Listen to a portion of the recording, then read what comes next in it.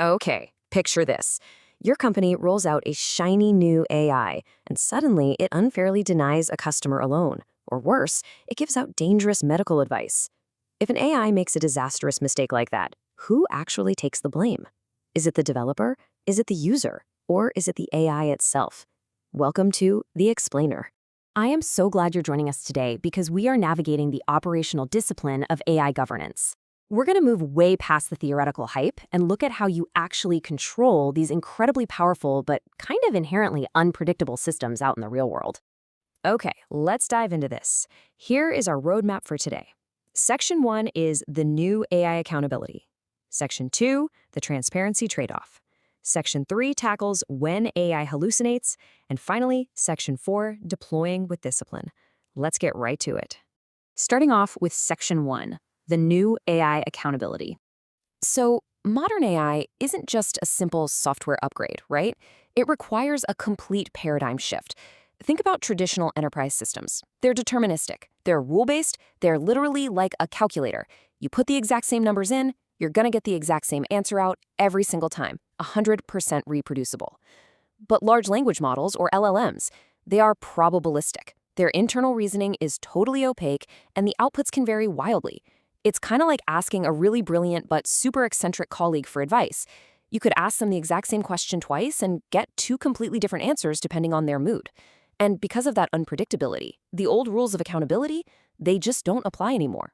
Because of this massive shift, our whole philosophy has to change. The accountability actually shifts from asking, did the AI make a mistake, to asking, did the organization implement reasonable governance? What's really interesting here is that major frameworks like NIST or the ISO standards, they actually care a lot less about your AI having perfect accuracy, because frankly, it won't.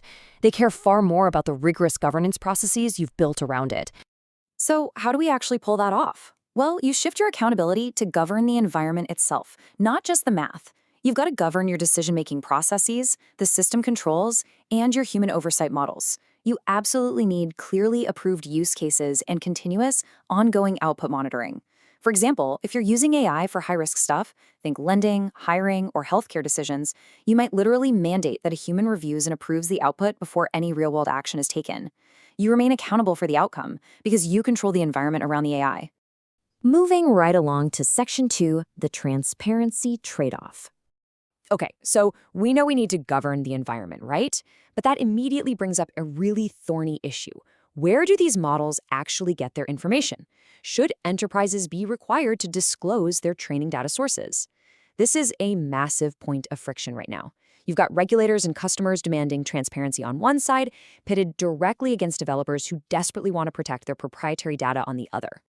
It's a tough balance because there are two really heavy sides to the scale. On the one hand, disclosure absolutely matters. Organizations urgently need to assess risks around bias, privacy exposure under data laws, IP and copyright concerns, and general regulatory compliance just to build trust.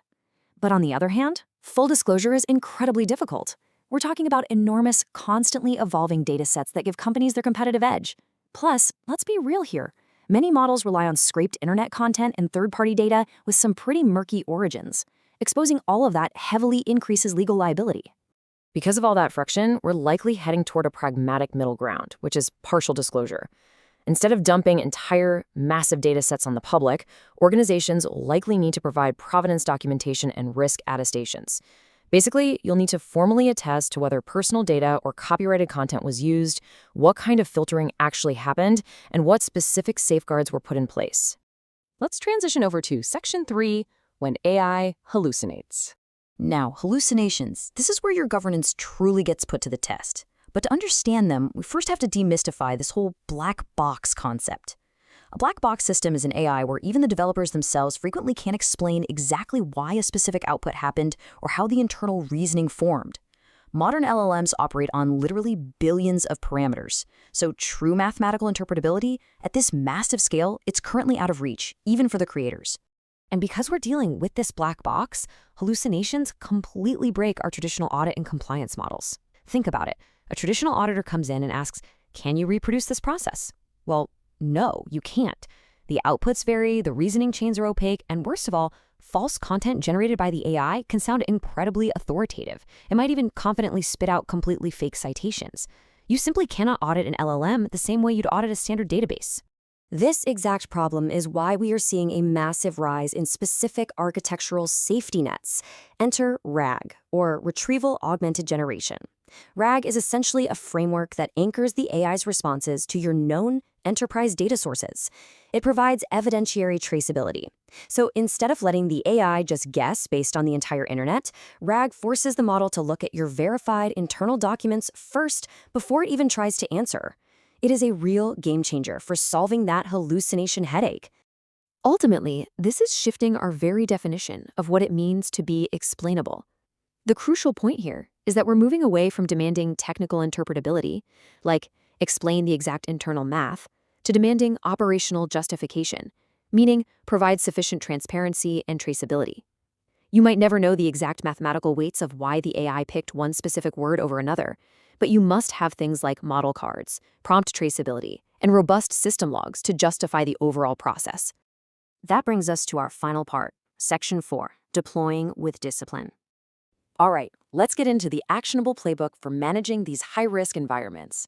I want you to burn this quote into your memory. Governance must exist before deployment, not after incidents occur. Look, launching an AI system first and then trying to figure out the rules later, that is a guaranteed recipe for disaster, especially if you're working in high-stakes fields like healthcare, finance, or legal services. To prevent those disasters, you've got to have layered governance across 7 mandatory controls. First up, you have to start with an AI inventory and risk assessments. You need to track exactly where your AI is and proactively evaluate your exposures like bias and privacy. From there, you implement human-in-the-loop oversight for major decisions, right alongside continuous monitoring and logging of your prompts and outputs. And finally, you gotta lock it down. Govern your training data, apply strict security protocols to isolate models, and use rock-solid policies to enforce approved use cases. These controls have to weave together seamlessly across your people, your processes, and your technology. So when you look at all of this together, the core thesis of this explainer becomes crystal clear. AI governance is no longer just about writing up some compliance documentation and letting it collect dust in a drawer somewhere. It is an active, operational discipline that proves continuous control. Because remember, a policy without technical enforcement is weak, and without continuous monitoring, you are literally flying blind. I'm going to leave you with this final provocative thought. You cannot guarantee an AI will never be wrong. Because they are probabilistic, mistakes are absolutely going to happen. But can you guarantee you were watching when it happened? Are your controls strong enough to catch a hallucination before it impacts your customers? Take a hard look at your own organization's readiness today. Thanks so much for joining me on this explainer, and keep learning,